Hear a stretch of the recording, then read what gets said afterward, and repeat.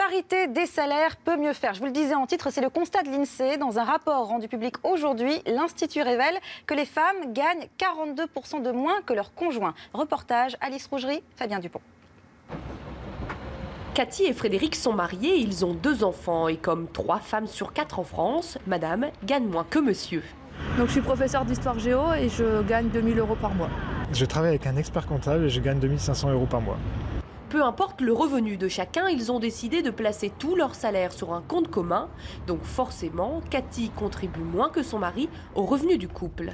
Pour moi, c'est le budget familial, voilà. Sinon, on reste célibataire et puis voilà, on se marie pas, on fait pas d'enfants et voilà. J'en fais abstraction pour le moment. En même temps, ça fait pas non plus des années que je travaille. Donc c'est vrai que pour le moment, je peux peut-être trouver ça normal. Maintenant, dans une dizaine d'années, s'il gagne toujours plus que moi et moi, je suis toujours à la traîne, là, ça commencera peut-être à me poser un problème aussi.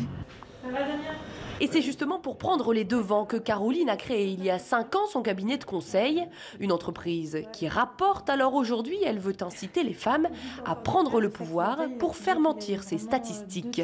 Tant que les femmes n'auront pas accès à des postes plus élevés, on aura toujours l'écart. Et après, est-ce que c'est un problème où on les freine ou est-ce que c'est elles qui se freinent? Là, j'ai envie de dire, chacune doit se poser la question. Point positif tout de même, ces inégalités hommes-femmes diminuent. Après une longue période de stagnation, les écarts de salaire se réduisent.